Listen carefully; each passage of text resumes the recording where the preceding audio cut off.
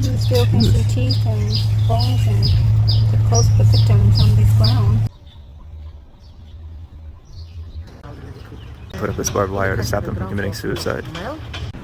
Here are the cells built into this former classroom. Oh my god, bricks just makeshift.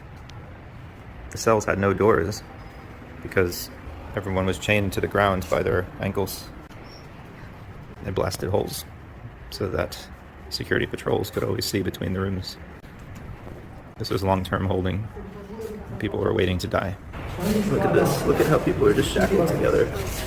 Actually, needs a better light to show this picture. Everyone's chained. In 1979 was when liberation happened, and there were 11 survivors left, 7 adults and 4 children. The children was found under these piles of clothes. This is the 4 children who survived, and he's actually here. We'll be talking to him very soon about his experience. He is allowed to sell his books in the museum, and that's how he's making a living now. Yeah, so waiting for my mother come back. So you saw the piles of clothing, and you went underneath it. So first, this mom asked him to look after the brother, don't move anywhere without the brother, his brother. So that's why he decided to stay here, but under the pile. He thought that if his mom came back, when we live in orphanage center, and some people, they lost son and daughter, they come to adopted. You have connection with your brother right now, right? Right now, you know yeah, he just come yesterday, come visit me here. This is all the names of the people who have died, and you can see some of them. The entire family of 6 or 7 people executed. Their slogan during the Khmer Rouge is that to get rid of the grass, you must get rid of the roots below. The Cambodian government provides no financial assistance to people who suffered from the Khmer Rouge, so people need to be resourceful. They write books and tell their stories about what happened to make a living. They twist your toenails with the plier. They attach electrical wires to your ears. Yes. Electric shock your ear. It was 4 kids and 1 boy were executed by Khmer Rouge. 343 killing Can you fields. see with 19,440 mass graves. Killing field contains many mass graves. Yes.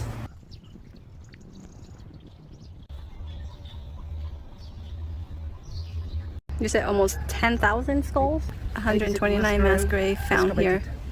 Mass grave of 450 victims. So excavated by the people, they found 8,985 skulls. So if you keep looking over there, you can see like a hole. This is all the mass grave. The clothes left underground from the victims keeps coming up after the rain. So we are close to the rainy season, everything starts coming out. You still can see teeth and bones and the clothes of the victims on this ground. So this way.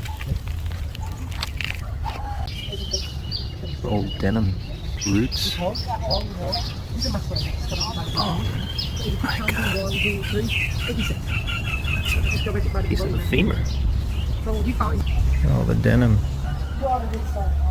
So we found only neck and below, but not the head. Not the head. Political victims, particularly important to behead. To make sure all these victims executed properly. Yeah. Otherwise, most people get hit in the head with a shovel or a pickaxe or bamboo sticks. So they're using a saw to cut the victim's throat.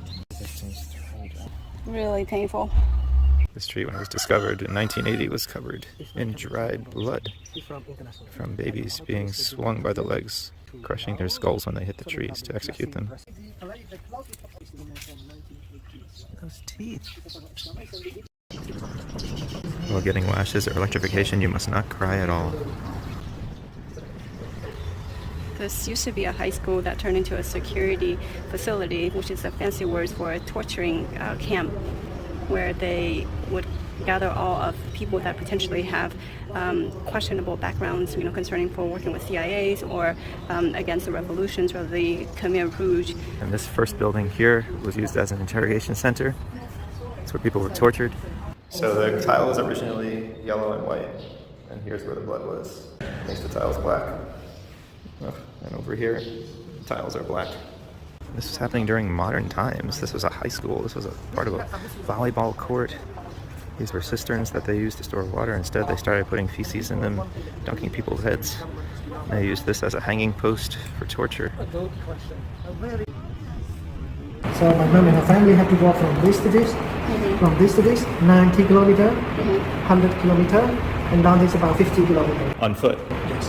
So everyone had to leave their cars behind, leave their stuff behind. They were all told to evacuate the cities. Exactly. In anticipations of the U.S. bombing, which is only a scary tactic to get people out of the city. Just 3 days. In just 3 days.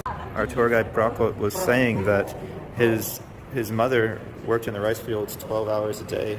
She was only given 20 grains of rice twice a day, and that's because the Khmer Rouge sold all of the rice that was produced in these massive harvests to China to get more weapons to support the regime.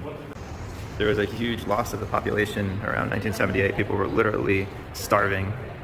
They were living in these communes.